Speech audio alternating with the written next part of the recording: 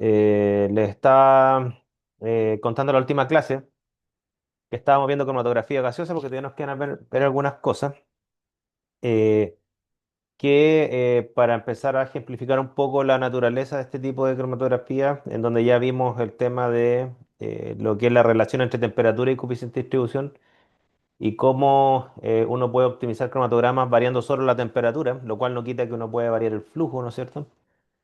Pero lo nuevo de esta cromatografía gaseosa respecto de las anteriores sería esa, ¿no es cierto? Que la termodinámica uno se la juega en el programa de temperatura. Ahora, también hay que decir algunas cuestiones generales de la cromatografía gaseosa. No sé si están viendo. Espérense, voy a poner aquí configurar. Ahí sí. Ya, ahí sí. Eh, También hay que decir algunas cuestiones de la cromatografía gaseosa respecto de no solamente el tipo de analito, sino que la forma de tratar las muestras en cromatografía gaseosa, que tiene ciertas cuestiones que la hace especial y ese aspecto especial, ¿no es cierto?, tiene que ver con que esta cromatografía, como está orientada a analitos que son gaseosos en condiciones normales o volátiles, muchas veces existen procedimientos de tratamiento de la muestra que son bastante extensos para lograr que un analito que no es volátil se vuelva volátil. ¿Ok? Esto en el caso que ustedes quieran forzar la cromatografía gaseosa para ciertos analitos que por su naturaleza no son volátiles y no podrían determinarse directamente en su forma nativa. Bueno, existen procesos que se llaman de derivatización, que es para que los analitos se vuelvan volátiles y pueda, digamos, aprovecharse este tipo de cromatografía con las ventajas que tiene. Y un caso que es más o menos emblemático, porque es un método bastante estandarizado a nivel mundial, es el tema de la determinación de ácidos grasos por cromatografía gaseosa. Toco este tema porque también ustedes, si es que no lo han visto ya, van a ver este caso en el laboratorio, ¿ya? Yo lo voy a explicar en términos generales desde un punto de vista también de la visión de las teorías cromatográficas respectivas. ¿Ok? Eh, Ahora, este caso es bien interesante porque en estricto rigor, los ácidos grasos, por ejemplo, un ácido graso de un aceite, un caso bien concreto, ¿no es cierto? Normalmente provienen del glicerol, en donde uno le hace una hidrólisis al glicerol para liberar digamos, los ácidos como ácidos grasos respectivos, que sería un poco la reacción que está acá, ¿no es cierto? Uno por una hidrólisis corta, ¿no es cierto?, este enlace éster y lo transforma en ácido graso, y así uno puede determinar los distintos ácidos grasos que están presentes, por ejemplo, en un aceite.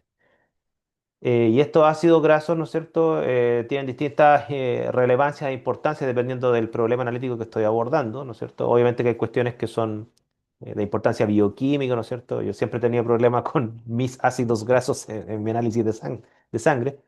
Pero también tiene una connotación comercial. Por ejemplo, este caso que yo lo vi funcionando en la aduana.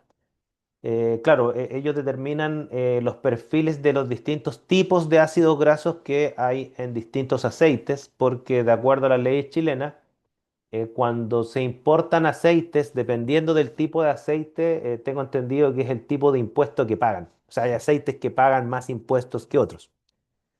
Entonces, bajo esa lógica, la tentación de que un vendedor extranjero, o sea, un importador de aceite, ¿no es cierto?, quiera pasar aceite de contrabando, es decir, pasar un aceite de un tipo A que paga más impuestos como un aceite del tipo B que paga menos impuestos, es bien grande porque obviamente que si un aceite al internarlo paga menos impuestos, la ganancia que va a tener el vendedor va a ser mayor. O sea, por poner un invento, es como que yo le dijera a usted, el aceite de maravilla paga 10% de impuestos, el aceite de oliva paga un 20% de impuestos. Entonces, súper tentador importar aceite de oliva como que fuera de maravilla y le cambio la etiqueta, por ejemplo. Entonces tiene que haber cierta fiscalización, sobre todo en los laboratorios de la aduana, para este caso, ¿no es cierto? Y otros casos más que les puedo mencionar, pero este caso, me voy a centrar en este caso que es de cromatografía gaseosa. Tiene que haber cierta fiscalización a nivel de análisis químico, de la aduana para controlar que los productos son lo que dicen ser y que pagan el impuesto justo de acuerdo a nuestras leyes. Entonces, si me captan más o menos el contexto. Y claro, una forma de diferenciar un tipo de aceite de otro es su perfil de ácido graso. Tengo entendido, no soy experto en alimentos, ¿no es cierto? Pero que existen ciertos ácidos grasos que están presentes en un tipo de aceite y en otros no. El ácido leico, linoleico y todos esos tipos de ácidos a veces están presentes en un tipo de aceite o otros no, o a veces las proporciones de ciertos ácidos grasos son súper características de un tipo de aceite comparado con otro. Entonces, una forma como de identificar el tipo de aceite o un grado de adulteramiento de un tipo de aceite es a través de su perfil de ácidos grasos. Ahora, eh, ¿cuál es el problema de la determinación de ácidos grasos por cromatografía gaseosa? Este es el problema. El problema es que los puntos de ebullición de los ácidos grasos son muy altos. Ustedes tienen ahí algunos ejemplos en condiciones normales en términos de grados Celsius. Hay ácidos grasos que tienen puntos de ebullición de 300 grados, ¿no es cierto? Sobre 300 grados.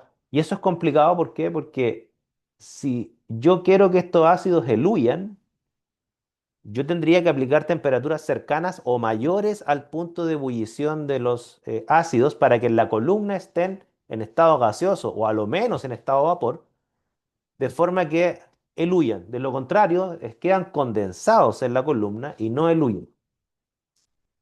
Y claro, si bien es cierto, los hornos de cromatografía gaseosa tienen la capacidad de aplicar temperatura, esas temperaturas no pueden ser muy altas. ¿Por qué? Porque la columna, que está hecha de un polímero para volverla flexible, sobre ciertas temperaturas se podría carbonizar, se podría degradar. Las temperaturas tienen rangos de trabajo sobre los cuales no se puede utilizar porque el plástico se funde, porque el plástico se carboniza y por lo tanto temperaturas sobre 300 grados se vuelven complejas para la mayoría de las columnas. Son pocas las columnas que resisten 400 grados, por ejemplo. No sé si me captan esa idea.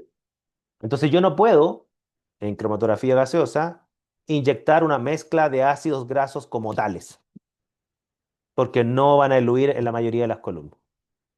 Ese es el problema. Ahora, como yo les mencioné en clase, uno diría, bueno, pero si tienen punto de ebullición tan alto, ¿por qué no se determinan en cromatografía de reparto en fase reversa? Son ácidos grasos, tienen cadenas apolares. Hipotéticamente deberían eluirse sin ningún problema en cromatografía de reparto y uno podría jugar con la polaridad para hacerlo eluir antes o después. Efectivamente se podría hacer así, pero como les mencioné también en clase, este es un método estandarizado que está ligado a ciertas normas internacionales y por lo tanto no se puede cambiar el tipo de cromatografía, aun cuando técnicamente, desde mi punto de vista, mi opinión profesional, es que esto debería hacerse por cromatografía de reparto, no por cromatografía gaseosa. ¿Ok? Pero bueno, así son las ciertas restricciones legales que hay, entonces bueno, hay que salvar esto. Nosotros vimos en clase que la temperatura es importante porque yo puedo hacer gradientes para optimizar la relación que hay entre el tiempo de retención y la resolución. Claro, pero eso parte del supuesto que los analitos a esas temperaturas eluyen, es decir, tienen presiones de vapores suficientemente altas o puntos de ebullición suficientemente bajos para que estén la mayoría del tiempo en la fase móvil y no en la fase estacionaria. Y ese no es el caso de los ácidos grasos. Entonces, teniendo presente este problema de los puntos de ebullición, es que el método de determinación de ácidos grasos por cromatografía gaseosa se aplica a una estrategia que se llama de derivatización, que les voy a mostrar en qué consiste. Esta es una derivatización típica de un triglicérido, ¿no es cierto? Para pasarlo a sus respectivos ácidos grasos. Pero, ¿cuál es la idea? La idea no es solamente, y aquí voy a marcar, hacer la hidrólisis. Es decir, no se trata solamente de romper el enlace éster y transformarlo en ácido graso, ¿no es cierto? Porque si hacemos eso, como le mencioné, el ácido graso tendría un punto de ebullición muy alto, porque tendría una terminal OH propia del ácido carboxílico. Y ustedes saben que eso forma puentes de hidrógeno y eso eleva mucho los puntos de ebullición. Entonces, en vez de hacer solo una hidrólisis, como aparece acá, se hace una hidrólisis seguida de una metilación. ¿Ok? ¿Y cómo se hace eso? Eh, en una mezcla, ¿no es cierto?, de hidróxido o una mezcla básica, ¿no es cierto? Pero mezclado con metanol para que en vez de hacer la hidrólisis al ácido carboxílico, se hace la hidrólisis a su respectivo éster. FAME viene de la sigla Fatty Acid Methyl Ester. Es decir, lo que ustedes forman es el éster metílico, aquí está el éster metílico del respectivo ácido graso que tenga el aceite o la muestra en general. Por lo tanto, yo con eso, ¿qué es lo que logro? Logro eliminar el puente de hidrógeno de la mezcla y eso baja los puntos de ebullición. ¿Me captan la idea? Obviamente que el punto de ebullición no depende solo de ese puente de hidrógeno, también depende del tamaño del resto de la molécula. Pero lo que sí estamos claros es que el metiléster va a tener un punto de ebullición más bajo que el ácido graso si es que no se metilara. Por lo tanto, ganamos, digamos, compatibilidad con cromatografía gaseosa. Ahora, la derivatización de analitos para volverlos volátiles o con bajos puntos de ebullición no es propia solamente de ácido graso. O sea, por ejemplo, existen métodos donde se metilan sustancias iónicas. Por ejemplo, el caso que yo más conozco es la especiación de estaño, que ninguno de ustedes creo que la eligió en sus temas. Yo la había puesto en los temas a elegir. La especiación de estaño es lo mismo. Las especies de estaño que están en la naturaleza son cationes, por lo tanto tienen punto de visión altísimo, como todo ion, ¿no es cierto?, que se transforma en una sal. Y también se ocupan estrategias de derivatización para transformar las especies de estaño en especies volátiles y no en cationes, neutras y volátiles. O sea, hay muchísimos casos donde la derivatización transforma el analito para volverlo compatible en cromatografía gaseosa. Y esa es la razón por la cual la mayoría de los métodos analíticos basados en cromatografía gaseosa tienen tratamientos de las muestras que son mucho más largos que los tratamientos de las muestras en cromatografía líquida, donde yo podría tomar el aceite e inyectarlo directo o diluirlo un poco, ¿ok? Sin hacer todo esto que estamos mencionando. Ahora, ¿en qué se ve reflejado, digamos, el efecto que tiene la esterificación de los ácidos grasos? Se ve reflejado en lo siguiente. Creo que aquí tengo una tabla. Aquí está lo mismo que estamos diciendo.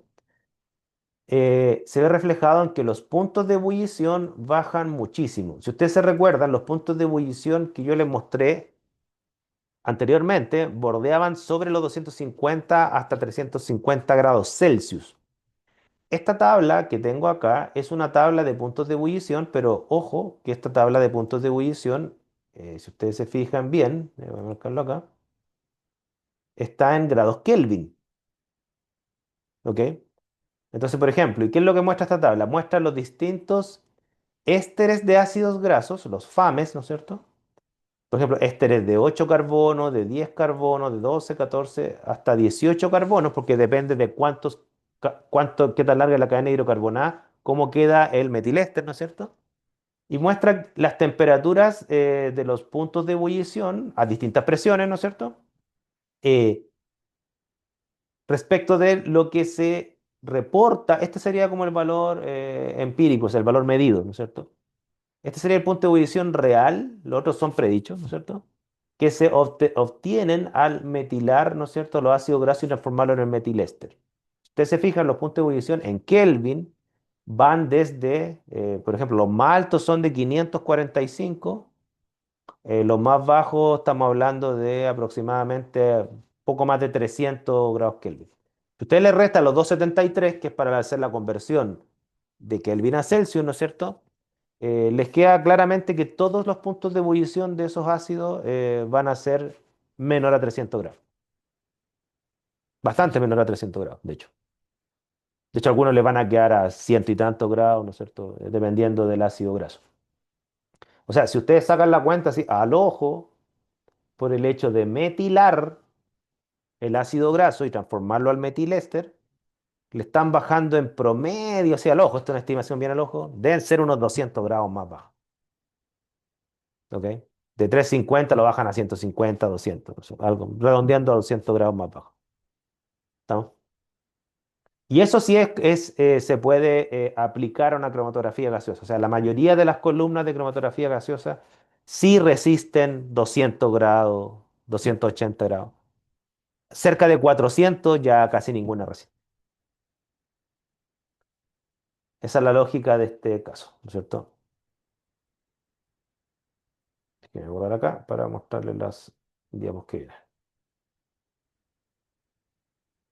Entonces, con esa lógica, ¿no es cierto? El procedimiento general, porque ahora lo voy a ver en términos macroscópicos, ¿ya? El procedimiento general que se utiliza para determinar ácidos grasos en aceite, por ejemplo, aquí tiene usted una muestra de aceite. El procedimiento general es bastante simple, dado que esta reacción es bastante conocida. O sea, yo tomo el aceite, ¿no es cierto? Le agrego hidróxido de potasio, lo mezclo con metanol. Eso me va a generar una mezcla acá, ¿no es cierto? Que va a tener aceite, va a tener metanol, hidróxido de potasio, ¿no es cierto? Aquí en la parte de abajo ocurriría la esterificación del ácido graso y esto se mezcla con isooctano y se generarían dos fases, ¿no es cierto? La fase de abajo es acuosa porque va a tener una mezcla, es como orgánico acuosa, ¿no es cierto? Va a tener una mezcla acuosa de hidróxido de potasio con metanol, esos serían los solventes que están acá abajo, serían miscibles, ¿no es cierto? A esto le vamos a llamar la fase acuosa, lo que estoy marcando en rojo. Una vez que se forman los metilésteres en la fase acuosa, por un tema de polaridad, se le agrega isoctano ¿para qué? Para que los metilésteres vayan por distribución de fase, ¿no es cierto? Van a tener más afinidad por el isoctano que por el agua y el metanol, porque el isoctano es más apolar, ¿no es cierto? Por lo tanto, la mayoría de los analitos van a estar acá, ¿no es cierto? Los voy a marcar aquí en otro color. Aquí estarían los analitos, ¿no es cierto? Luego de hacer una extracción, ¿no es cierto?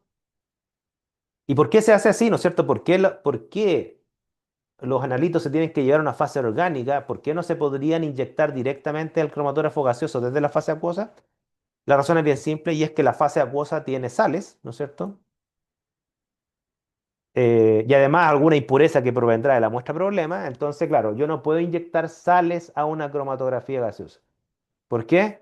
Porque dado que la cromatografía gaseosa trabaja con altas temperaturas, va a generar que se evapore el agua, el metanol, y las sales van a quedar sólidas acá y taparía el sistema. O sea, la cromatografía gaseosa no es compatible con muestras salinas. Por lo tanto, el analito tiene que sacarse de esta matriz que es rica en sales, mayormente proveniente del hidróxido de potasio, de forma que se inyecte como una fase orgánica volátil, isoctano, ¿no es cierto?, sin sales, y eso es lo que va directamente al cromatógrafo gaseoso. Ahora, si uno juega con los volúmenes, ¿no es cierto?, el volumen de isoctano respecto al volumen de muestra, uno podría conseguir hasta cierto factor de preconcentración. Por ejemplo, si yo tuviera, voy a inventar, 20 ml de la muestra de aceite y lo extraigo en 5 ml de isoctano, por poner un invento. ¿Ya? Uno podría, si es que la extracción es cuantitativa, preconcentrar el analito para que genere señales más intensas en el cromatógrafo gaseoso y con eso obtengo mejores límites de cuantificación. ¿Estamos? Pero el rol principal del isoctano, más que concentrar en este caso, es sacar los analitos de la matriz salina para inyectarlos desde una matriz orgánica. Va a estar mucho más limpia, de ahí no se extraen sales en el isoctano. Voy a borrar acá. No sé si hay alguna pregunta hasta acá, antes de mostrarles los resultados. ¿Preguntas?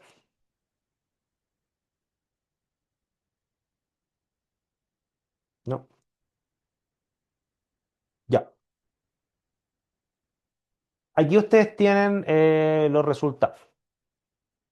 Fíjense que este método, tal cual como lo trabajan normalmente estas instituciones, si ustedes se fijan, tienen en el cromatograma más de 34 ácidos grasos en el cromatograma. Lo que tienen a la derecha es una lista de un estándar multielemental, o sea, no, multianalito. ¿Qué quiere decir esto? Que yo para poder identificar los analitos en un cromatograma, como nosotros vimos en clase, tiene que haber al menos coincidencia de tiempo de retención. ¿Ok? ¿Y cómo yo sé cuánto es el tiempo de retención de un ácido graso determinado, ¿no es cierto? Bueno, necesito estándares puros de ese ácido para que al momento de inyectarlo sepa cuál tiempo eluye. Aquí tienen ustedes, ¿no es cierto?, una mezcla de estándares. Este es un estándar que tiene una mezcla de 37 ácidos grasos. ¿Ok? Y esto se inyecta. Y eso debería generar 37 señales. ¿Ok?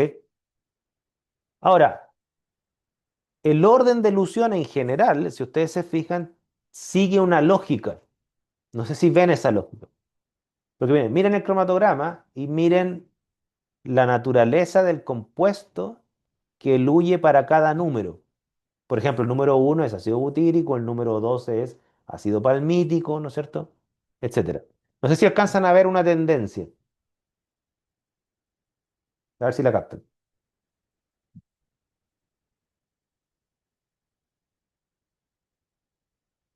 Nosotros conversamos en clases de estas tendencias. No sé si la alcanzan a ver.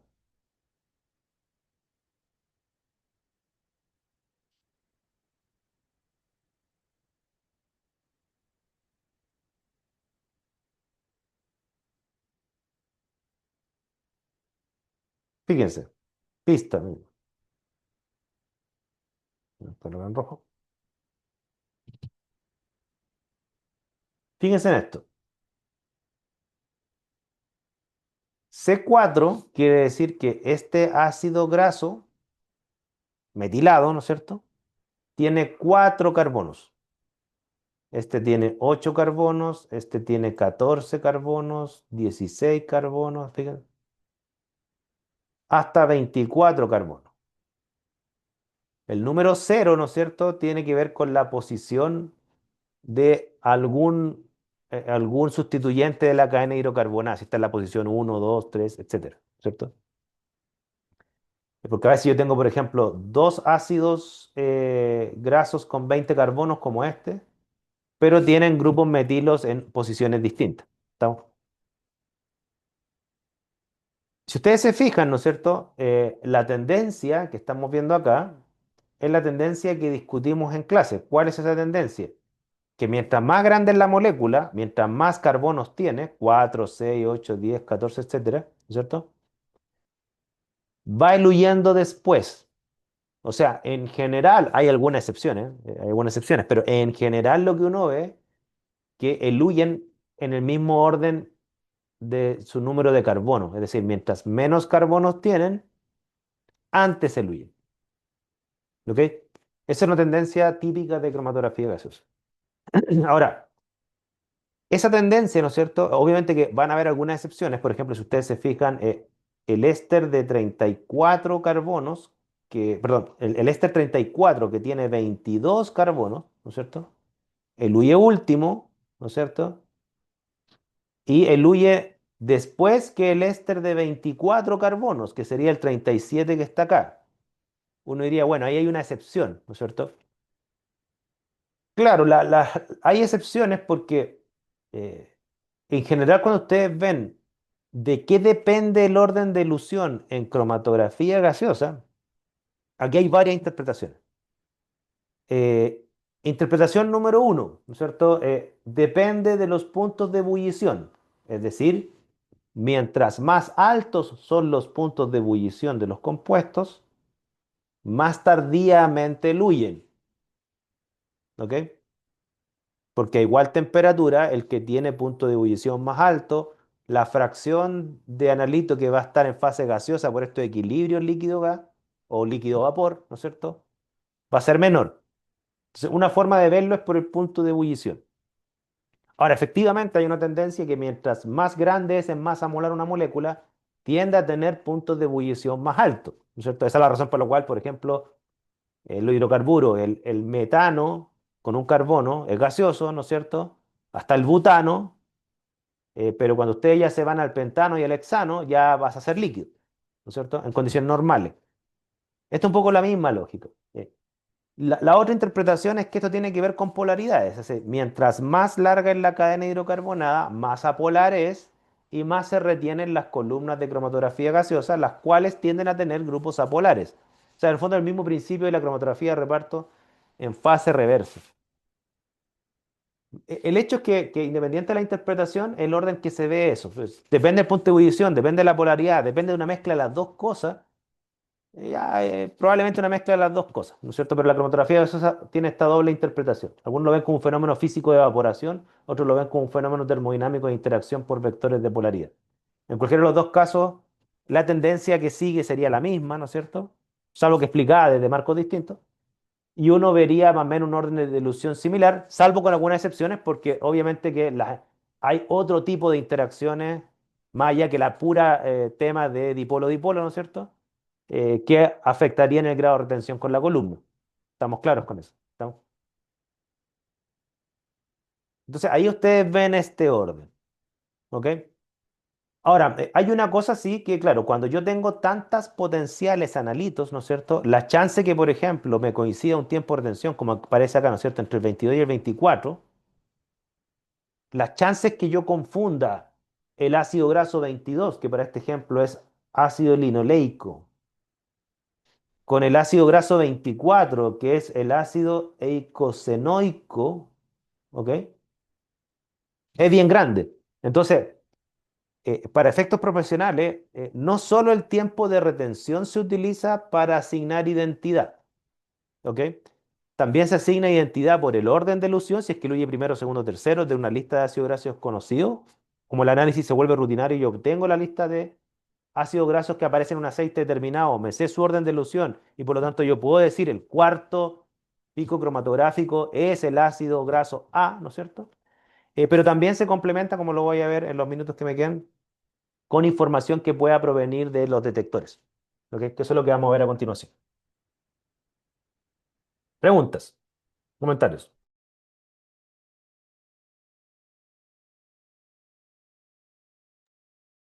¿Alguna pregunta hasta acá?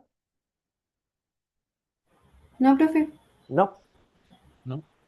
Vale. Entonces, déjenme borrar acá.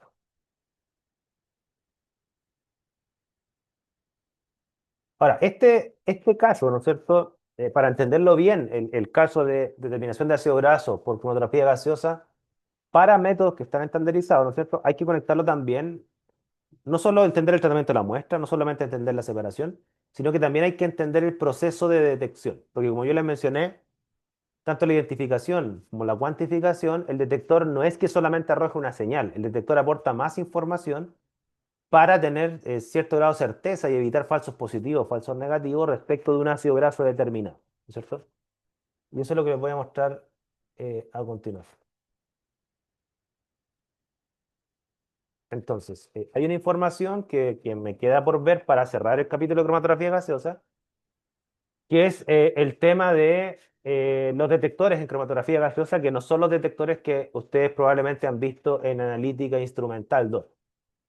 Es decir, en analítica instrumental 2, ustedes tienen que haber visto los detectores que son de espectroscopía atómica, ¿no es cierto? De espectroscopía molecular, absorción y fluorescencia, quizás detector electroquímico, si es que les tocó debatir algún caso de eso. Pero esos detectores que ustedes ven en análisis instrumental, que se pueden utilizar directamente sobre una muestra o acoplados a una cromatografía, ¿no es cierto? Normalmente son detectores que sirven para cromatografía líquida, porque los detectores se basan en muestras líquidas. Por ejemplo, ustedes trazan una absorción molecular en una celda que tiene un líquido, un solvente y un analito disuelto en este, ¿no es cierto? En la absorción atómica ustedes aspiran un líquido que se transforma en un spray y se atomiza, ¿no es cierto? Y con eso registran el espectro de absorción o de emisión. En electroquímica, ustedes sumergen un electrodo sobre un líquido para trazar un espectro de corriente versus voltaje y así sucesivamente. Entonces, los detectores que ustedes ven en Analítica 2 son los mismos que se utilizan en cromatografía líquida, pero en cromatografía gaseosa se tuvieron que construir detectores que fueran aptos para analitos en estado gaseoso o en estado vapor. Y esos son los que vamos a ver a continuación. ¿Ya? Volviendo a esto. Entonces, detectores para cromatografía gaseosa. Eso es lo que vamos a ver en los minutos que me quedan. ¿Ya? A ver, un breve recordatorio. En general, los detectores se pueden clasificar desde varios puntos de vista, pero en general en analítica se clasifican mediante dos dimensiones. La dimensión de si es universal o selectivo, ¿no es cierto? Y la dimensión si es que destruye o no destruye el analito. Cuando nosotros decimos universal, quiere decir que el detector responde a una propiedad que se presenta en todas las sustancias químicas. Por ejemplo, los detectores de masa son universales porque todos los analitos tienen masa, ¿ya? Pero, por ejemplo, los detectores de espectroscopía de fluorescencia molecular, por ejemplo, no son universales porque no todos los analitos fluorescen. Por eso ese es selectivo, ¿ok? Conviene que un detector sea universal o selectivo, depende, ¿ya? A veces uno necesita un detector universal porque con un detector universal uno puede cubrir una amplia gama de analitos diversos en un solo cromatograma. Pero mientras más amplia es la gama de analitos que puedo detectar, las chances que se interfieran entre ellos en una cromatografía, por ejemplo, tengan problemas de resolución, es mayor. A veces yo necesito detectores selectivos para que el cromatograma me parezca limpio. O sea, ¿qué quiere decir? Que ojalá solo mi analito genere señal y no mis interferencias. Entonces, una cosa por la otra. Y también están los detectores que se llaman destructivos versus no destructivos, ¿no es cierto? Por ejemplo, un detector destructivo sería un detector de absorción atómica o de ICP, porque en el proceso de generar la señal, el analito se rompe por atomización, por ejemplo. Un detector no destructivo, por ejemplo, sería uno de absorción molecular, no de absorción atómica, porque en el acto de generar la absorbancia en el líquido, el analito no se destruye. Conviene que el detector sea destructivo o no destructivo. En general, es ideal que sea no destructivo. ¿Por qué? Porque si mi detector es no destructivo, yo tengo la chance de ese analito que está eluyendo, someterlo a un segundo detector. Porque dado que no se destruyó, yo puedo llevarlo a un segundo detector en el caso que el primer detector no me dé resultado satisfactorio o concluyente. ¿Ya? En cualquiera de los casos, ¿no es cierto? La cromatografía gaseosa tiene sus propios detectores. La mayoría de estos tienden a ser muy selectivos, aunque destructivos, ¿no es cierto? Y les voy a mostrar algunos, los más famosos, ¿ya? Les presento el detector FID, que se llama el detector de ionización de llamas. FID, por sus siglas en inglés, ¿no es cierto? Flame Ionization Detector. ¿Ok? ¿En qué consiste el detector FID de ionización de llama, ¿no es cierto? Consiste en lo siguiente, y aquí por favor miren cómo voy a ir rayando la diapo. Consiste en lo siguiente. Aquí estaría representado el flujo de salida de la columna cromatográfica. Es decir, la columna estaría acá, ¿no es cierto? Por aquí viene ya el flujo de salida, es decir, aquí viene la fase móvil mezclada con los analitos, aunque ya van a venir los analitos separados, ¿no es cierto? Porque ya están saliendo de la columna. Entonces, ese flujo que es gaseoso en cromatografía gaseosa, ¿no es cierto? Se inyecta al sistema detector, que ¿qué es lo que hace este sistema detector? Este flujo pone en contacto la mezcla que proviene de la columna con aire, ¿ok? La mezcla, ¿no es cierto? ¿Para qué? Para combustionar esa mezcla de aire con la mezcla cromatográfica en una llama. Se pareció a lo que se hace en absorción atómica, ¿ya? Es decir, salen los analitos mezclados con la fase móvil. Se tienen que mezclar con aire porque la mayoría de las fases móviles en cromatografía gaseosa no son combustibles. Se ocupa de helio, nitrógeno, ¿no es cierto? Entonces hay que mezclarlo con aire para que esto combustione, ¿ok? Y se genere una llama.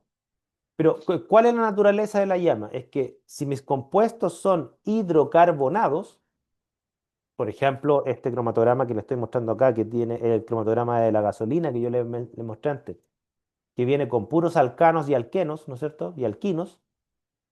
Bueno, entonces van a venir sustancias hidrocarbonadas que en la llama se van a romper y van a formar este ion.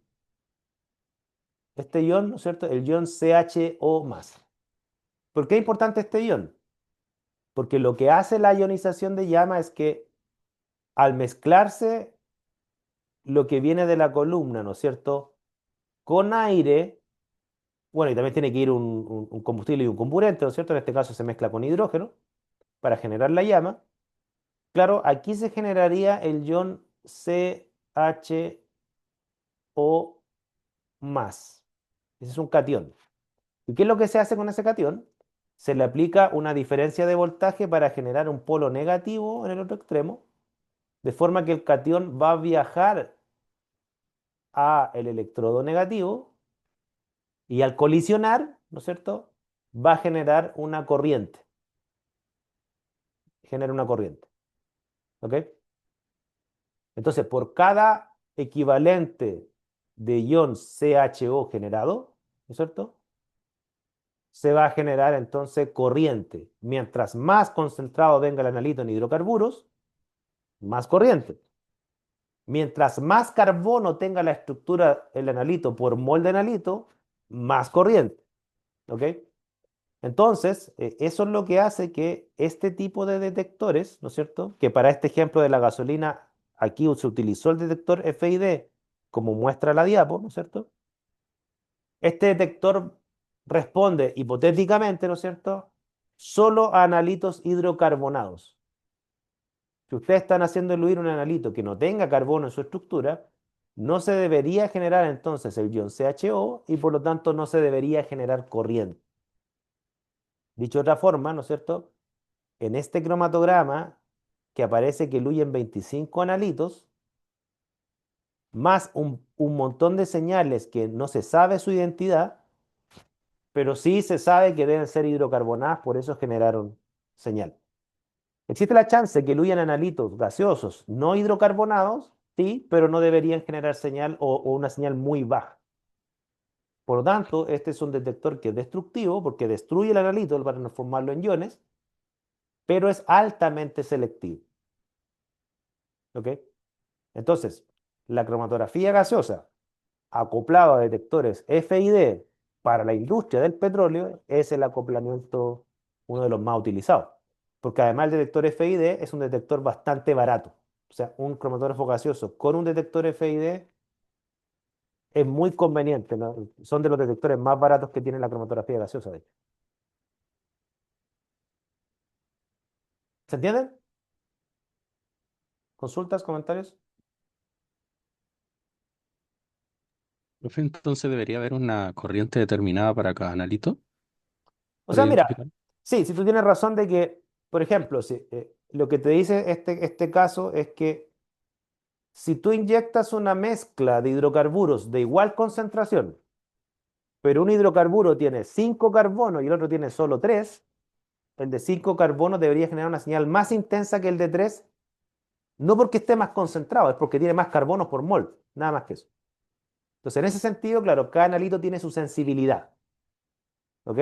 Ahora, tú no identificas el analito por la intensidad de la señal, tú lo identificas el analito por el tiempo de retención, independiente de su intensidad. Es decir, eh, voy a marcar acá, ¿no es cierto? Uno dice, mira, el analito 14 es tolueno, no por la intensidad del pico cromatográfico, es porque eluye más o menos como a 32 minutos, 32, 33 minutos. Y como yo inyecté previamente un estándar de tolueno que eluía a 33 minutos, entonces cualquier señal que aparezca a 33 minutos, yo le voy a endosar que es tolueno. ¿Podría ser otro analito que eluya al mismo tiempo retención del tolueno? Sí, podría ser un falso positivo, pero la única forma que te dé un falso positivo es que sea un analito que eluya al mismo tiempo y que tenga carbono en su estructura, porque si no tuviera carbono en su estructura, aun cuando eluye al mismo tiempo no generaría señal. Entonces no lo verías en el cromatograma. No porque no eluye, es porque no genera señal. ¿Ya? Entonces esa es la ventaja de hacerlo selectivo. Las chances de tener falso positivo no es que sea cero, no, nunca es cero, pero es menos probable. ¿Estamos? No sé si con eso respondo a tu pregunta o tienes otra. Sí, sí, me había confundido. Es más que nada solo para saber la intensidad de la señal, entonces. Pero ahora es importante la pregunta que haces tú porque finalmente, ya, es cierto, yo con el tiempo endoso identidad, no con la intensidad. Pero la intensidad sí es importante, ¿por qué? Porque si tú después quieres cuantificar tolueno, ¿ok? En gasolina, ¿no es cierto? Entonces, ¿tú qué tienes que hacer? Voy a rayar aquí mismo. Dado que la intensidad del tolueno, la sensibilidad del tolueno es distinta, por ejemplo, a la del butano, porque el tolueno tiene 7 carbonos y el butano tiene solo 4, ¿no es cierto? Entonces, claro, a la hora de cuantificar, tú tienes que hacer una curva de calibrado, es decir, tomar esta señal que está acá y llevarla a una curva de calibrado que va a tener mi señal, que para este detector es corriente, ¿no es cierto? Versus concentración. Y claro, la curva del tolueno, pues bueno, me invento, sería así, por ejemplo, con esta pendiente. Este sería, a ver, voy a escribirlo aquí en rojo para que me sigan la idea. Esto es importante para que lo integren esto. Este sería el tolueno. Y si yo quisiera cuantificar, por ejemplo, butano, eh, el butano tiene 4 carbonos, tiene metano, etano, propano. Ah, butano sí tiene 4 carbonos, perdón, es que se me olvida. Si yo quisiera, por ejemplo, cuantificar butano, ¿no es cierto? Yo necesitaría hacer otra curva de calibrado, que por ejemplo lo voy a hacer en azul. ¿Por qué tengo que hacer otra curva? Porque la sensibilidad del butano, dado que tiene menos carbono, eso se vería reflejado en que su pendiente de curva de calibrado, va a ser en azul, acá, sería por ejemplo así, sería más baja, que sería el butano. Entonces, aun cuando tengo un cromatograma, pero ese cromatograma tiene varias señales, una para cada analito, a la hora de cuantificar, cada analito tiene su curva, un poco lo que me preguntaba su compañero, porque dado que cada analito tiene intensidades y sensibilidades distintas, porque tiene número de carbonos distintos, yo no puedo, no puedo extrapolar todas estas señales de 25 analitos distintos a una misma curva. No, cada analito tiene su sensibilidad. ¿Estamos? De ahí viene la importancia sí, de estas diferencias de sensibilidad. No para identificar, sino que para cuantificar correctamente, sin sesgos. ¿Ya?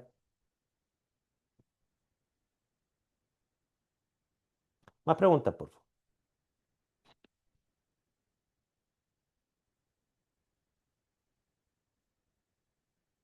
¿No? Ya, vamos a pasar entonces a otro detector que también es propio de cromatografía gaseosa y bastante popular y es bueno que lo conozca. Espérate un poquito.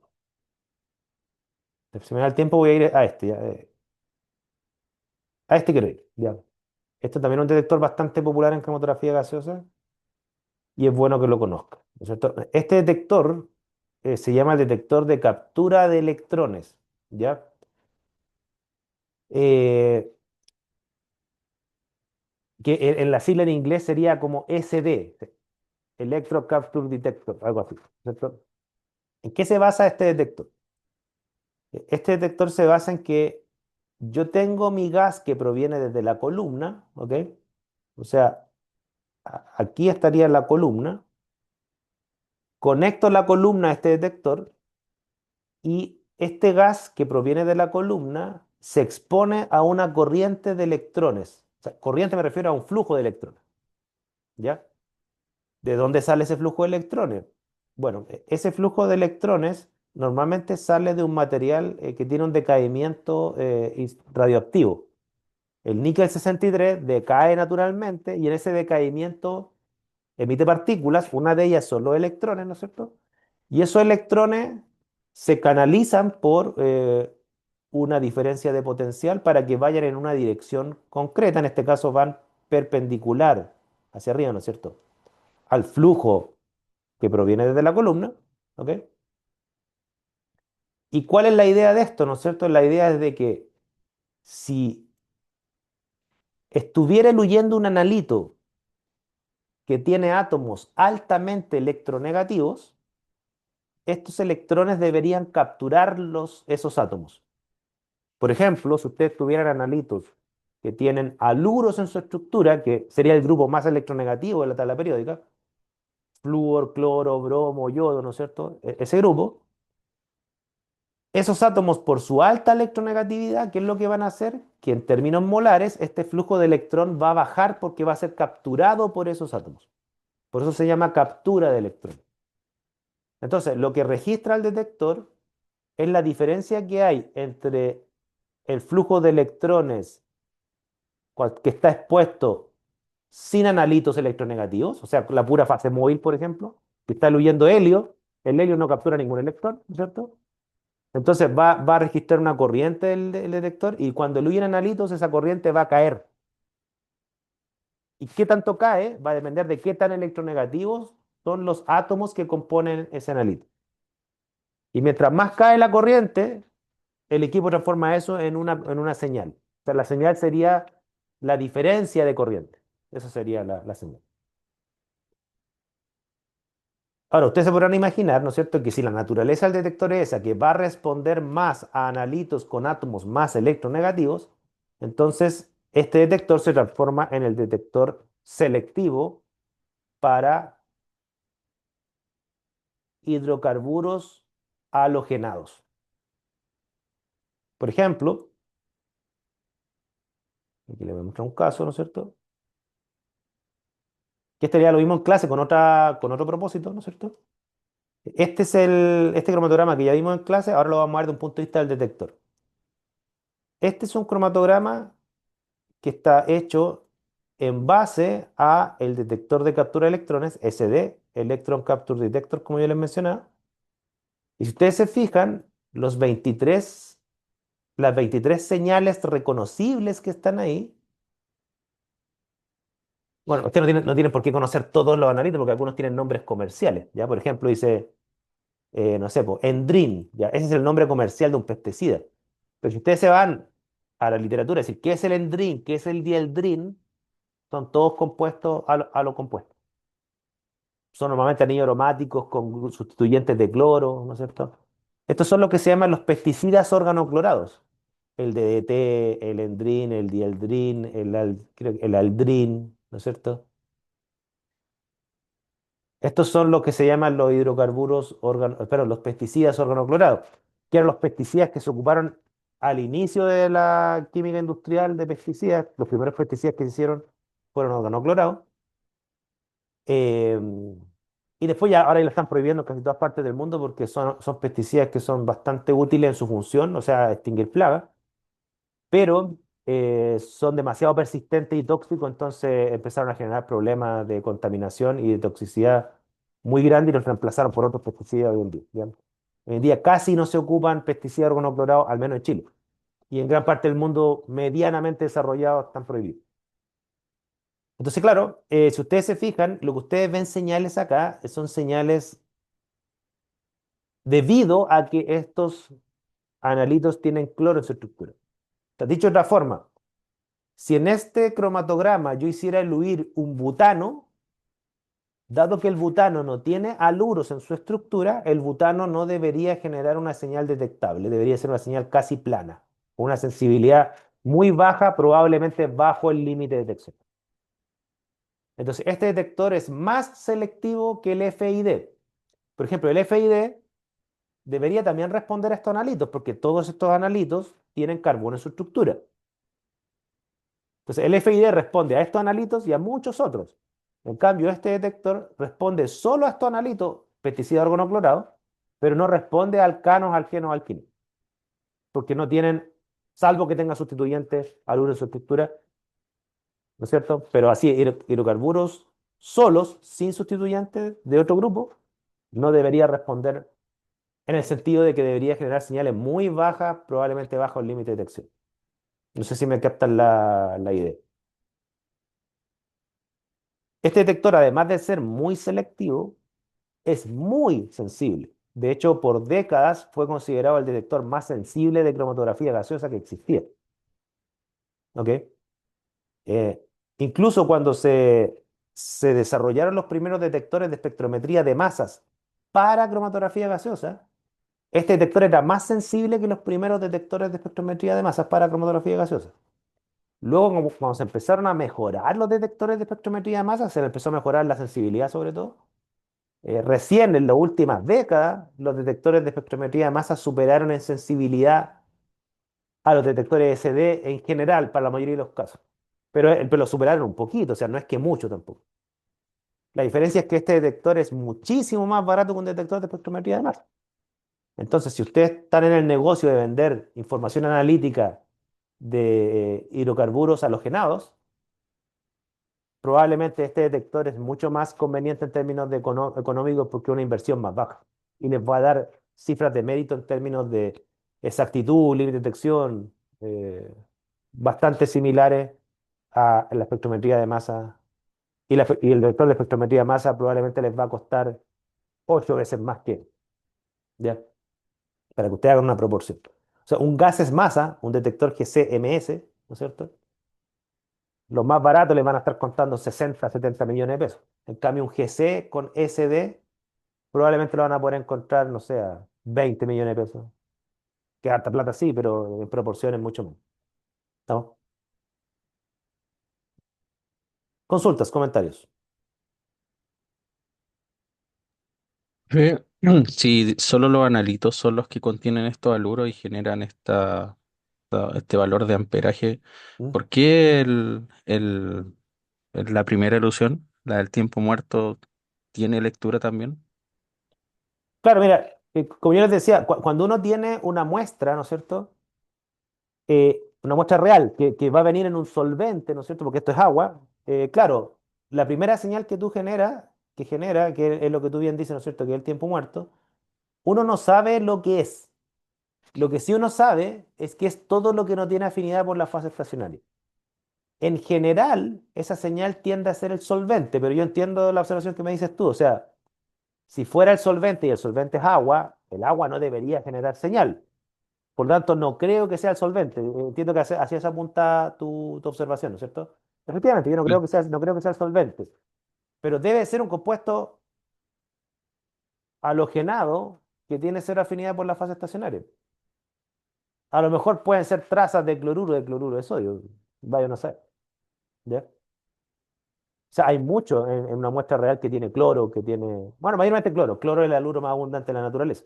¿Ya? Puede tener flúor también. ¿Ya? Puede ser a lo mejor trazas de ácido fluorhídrico, porque el agua le agrega, no sé, compuestos fluorados, no sé. Entonces, claro, no sabemos lo que es, pero sí, estoy de acuerdo contigo. O sea, esto no es solvente, no puede ser solvente, no puede ser el agua. ¿Estamos? De hecho, cuando es el solvente, un poco por experiencia, ¿no es cierto? Le da una señal alta, pero le da una señal como muy alta y que demora mucho en caer porque el solvente es lo mayoritario que hay. O sea, si el detector respondiera al solvente, normalmente ni siquiera es una línea, es una banda gigante que sale al principio. ¿Estamos? Si es que fuera el solvente.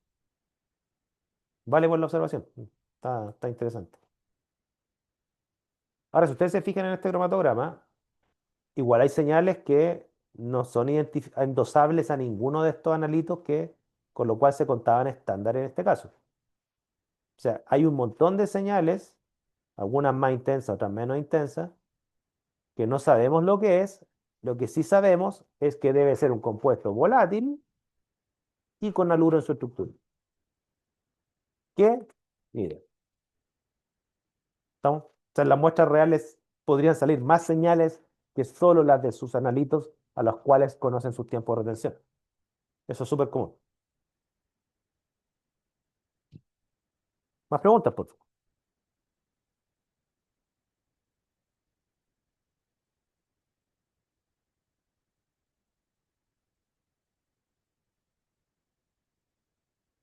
Ya, y me queda tiempo para ver el último detector, que no lo iba a ver, pero bueno, si me da el tiempo, aprovechemos, ¿no es cierto? Este que me había saltado. Ya, este es el detector más básico de todos en cromatografía gaseosa. De hecho, una vez le escuché a un vendedor que decía que todo cromatógrafo gaseoso viene con este detector de regalo, que como por defecto. Y después, si ustedes quieren ponerle un FID, un SD, ustedes tienen que contactar a su vendedor para decirle ya, véndeme este cromatógrafo gaseoso, que sé que me lo va a vender con un detector de conductividad térmica, porque tiene que venir con algo, em, pero además ponle un FID. Ya, bueno. Así me han dicho algunos vendedores. ¿Ya? No sé si es tan cierto lo que me acaban de decir, pero en términos de precio sí. O sea, este es el detector más barato, es el detector universal, no es el único, pero es como el detector universal más conocido en cromatografía gaseosa. ¿Y por qué es universal? Porque se basa en una propiedad que tienen todos los gases, en mayor o menor medida, que se llama la conductividad térmica. ¿Ok? ¿En qué se basa este detector? Se basa en lo siguiente. Yo tengo acá el gas que proviene desde mi columna cromatográfica. Mismo cuento. A veces va a venir solo el gas de arrastre, la fase móvil. A veces va a venir mezclado con analito. Va a depender del tiempo de retención, ¿no es cierto? Y este gas se pone en contacto con un sistema físico que tiene un filamento incandescente. ¿Ok? Esto tiene un filamento incandescente. Entonces, ¿cuál es la idea? Que este filamento va a tener una... Ustedes conocen, hay una ley que se llama, creo que se llama la ley de Ohm, algo así, que dice que el voltaje es igual a la intensidad por la resistencia. Creo que se llama ley de Ohm, si mal no recuerdo. Y ¿Ya? esa es la ley de Ohm. ¿Sí? Súper. Que hace tantos años que di electromagnetismo que se me olvidan los nombres. ¿Ya? Entonces, claro, ¿cuál es la idea? De que la corriente que circula por este filamento incandescente va a depender del voltaje, pero ese es constante, pero va a depender también del valor de la resistencia que tiene este filamento. El problema está que esa resistencia no va a ser constante. ¿Por qué? Porque va a depender, la resistencia depende de varias cosas, del material, etcétera, pero depende también de la temperatura del filamento. Si la temperatura cambia, la resistencia cambia. Creo que tengo incluso la ecuación de la relación entre resistencia y temperatura, creo que la tengo más adelante, si mal no recuerdo. Pero el hecho es que depende de la temperatura. Entonces, ¿cuál es la idea? Este filamento está en altas temperaturas. Si se topa con un gas que tiene poca conductividad térmica, es decir, que la transferencia de energía por calor es baja porque tiene poca conductividad térmica el gas, quiere decir que esa corriente no va a cambiar mucho. Pero si se topa con un gas que tiene una alta conductividad térmica, esa resistencia va a cambiar mucho, porque la temperatura va a cambiar mucho. Es un poco la lógica. Entonces, ¿a qué juega este detector? Juega a registrar las diferencias de corriente que hay en condiciones de gas con una alta resistencia, perdón, con una alta conductividad térmica versus un gas que tiene poca conductividad térmica. ¿Quién tendría alta conductividad térmica? ¿No es cierto? Y aquí les voy a mostrar una tabla.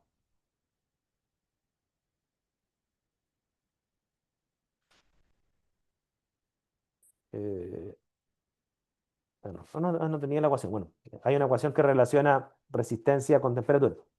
Juraba que la tenía, pero se me borró. Pero me voy a ir a esta tabla, que esto es lo importante, fíjense. ¿Qué gases tienen una alta conductividad térmica? Y aquí se los voy a marcar. Aquí estos son solamente algunos gases, pero es un poco para que entiendan la lógica del detector. Fíjense, hidrógeno y el helio son dos gases que tienen dos propiedades súper interesantes para la cromatografía gaseosa, particularmente el helio. Tienen una alta conductividad térmica y en el caso del helio tiende a ser un gas bastante inerte y estable térmicamente. Entonces, ¿qué es lo que pasa? Que si yo tengo una fase móvil de helio, ¿no es cierto? ¿Qué es lo que va a pasar? Me voy a devolver. Si yo tengo una fase móvil de helio, ¿qué es lo que va a pasar? Que la gran mayoría del tiempo cromatográfico, este filamento incandescente va a estar en contacto con un gas de alta conductividad térmica. Por lo tanto, este filamento, en teoría, debería tener una temperatura más baja, porque la energía que mantiene su temperatura, ¿no es cierto?, se disipa como calor a través del helio. ¿Ok? Pero van a haber pequeños fragmentos de tiempo, que es cuando eluye el helio mezclado con analito, en donde casi todos los gases, salvo el helio, como una excepción, el hidrógeno, otra excepción, tienen conductividades térmicas muchísimo más bajas que el helio. Si ustedes vieron la tabla que les mostré, habían otros gases que tenían conductividades térmicas no sé, 5 o 10 veces más baja que el helio. Por ejemplo, aquí el nitrógeno 26 respecto de 150. Fíjense, el metano 34 respecto de 150 o 180 en el caso del hidrógeno. Entonces, claro, cuando eluye el helio mezclado con un gas que tiene una baja conductividad térmica, ¿qué es lo que va a pasar? La temperatura del filamento va a subir. Esas diferencias de temperatura entre cuando eluye solo helio versus cuando eluye helio mezclado con analito, esas diferencias de temperatura registran diferencias de corriente, porque la corriente depende de la temperatura del filamento. La corriente que circula en el filamento depende de la temperatura del filamento. Entonces, este detector lo que hace en el fondo es medir la diferencia de corriente que hay, y aquí me devuelvo, este es el caso que más me gusta en términos de figura, mide la diferencia que hay de temperatura entre un filamento que está expuesto siempre a la fase móvil, helio por ejemplo, temperatura en general más baja, versus la corriente que circula por el mismo filamento o por otro filamento de referencia, eso depende de la tecnología, cuando circula el analito, ¿ok? Donde ahí la temperatura va a ser mayor porque el analito tiene menor conductividad térmica. Entonces, esta señal que está acá sería en el fondo la diferencia de corriente en esas dos etapas. Y como todo analito tiene conductividad térmica, siempre le va a registrar corriente. Más intensa, menos intensa, ese ya es un tema de límite de detección, límite de cuantificación y sensibilidad. De hecho, este detector no es muy sensible. Los límites de cuantificación son los más malos de todos los detectores que normalmente se utilizan en cromatografía gaseosa. Pero es universal, o sea, si eluye algo ahí, lo va a detectar con suficiente sensibilidad para su requerimiento, eso ya depende de su requerimiento, pero que lo va a detectar o va a generar una corriente, sí, la va a generar. ¿Estamos? Puede que esa corriente no se detecte por temas de sensibilidad, sí, estamos claros. Entonces este detector se transforma en un detector muy económico, universal, y si les da la sensibilidad para su analito y no tiene una muestra muy complicada, súper. El problema es que si ustedes tienen una muestra muy complicada, cuando digo complicada en composición, o sea, tiene muchos componentes, claro, la cantidad de señales que va a tener su cromatograma con este detector es enorme porque responde a todo, literalmente. Entonces son cromatogramas que aplicados a muestras problemas reales, complejas, las chances que su analito se solape con otra cosa es altísima, porque no es muy selectivo. De hecho, es universal. ¿Estamos? Por razones de tiempo, les voy a mostrar una tabla final. Aquí tienen ustedes una tabla de, en realidad, aquí está malo el título. Esta es la tabla de límites de detección de distintos detectores de cromatografía gaseosa. No están todos, ¿no es cierto? Están los que le acabo de mencionar y otros más que no les he mencionado. Por ejemplo, aquí está el de conductividad térmica. Tiene límites de detección del orden de microgramos a miligramos de masa de analito inyectada. Aquí está el de ionización de llama, FID, donde ya a ustedes les permite detectar señales que están del orden de 10 a la menos 10, 10 a la menos 11 gramos inyectados, ¿no es cierto? Aquí están los de captura de electrones, ¿ok? Que aquí ya estamos llegando más o menos del orden de 10 a la menos 13, 10 a la menos 14, por acá. ¿Se fijan que es lejos lo más sensible que hay? Y hay otros detectores que no lo alcancé a ver ahora por razones de tiempo, pero probablemente a algunos de ustedes les va a tocar en sus temas. ¿Ya? Hay detectores que son específicos de nitrógeno y fósforo, eso por eso se llaman NPD, ¿cierto? Nitrógeno Phosphor Detector, ¿no es cierto?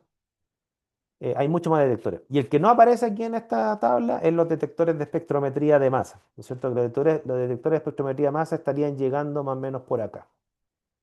Los mejores, porque también depende de la tecnología. Los detectores de espectrometría de masa tienen varias tecnologías de masa. Tienen tiempo de vuelo, transformadas de Fourier, cuadrupolares, que los tienen que haber visto ustedes cuando vieron ICP masa. Mismo tema, ¿no es cierto? Eh, por ahí estamos.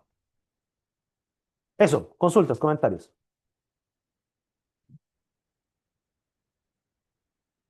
¿No?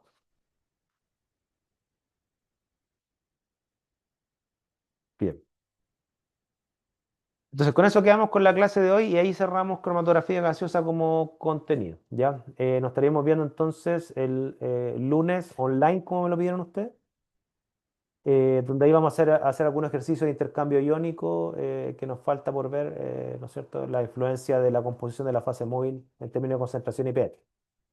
Ahí terminaríamos ese ejemplo en el lunes y si nos queda tiempo, quiero yo presentarles un caso. Ya así como que yo fuera el que presenta un tema, ¿cierto? Yo presentarle un caso ya completo. ¿Ok? Eso. Nos vemos entonces el lunes online. Ahí les mando el enlace pronto. Que estén bien. Chao, profe. Chao, chao. Chao, profe. Sí. Chao, chao.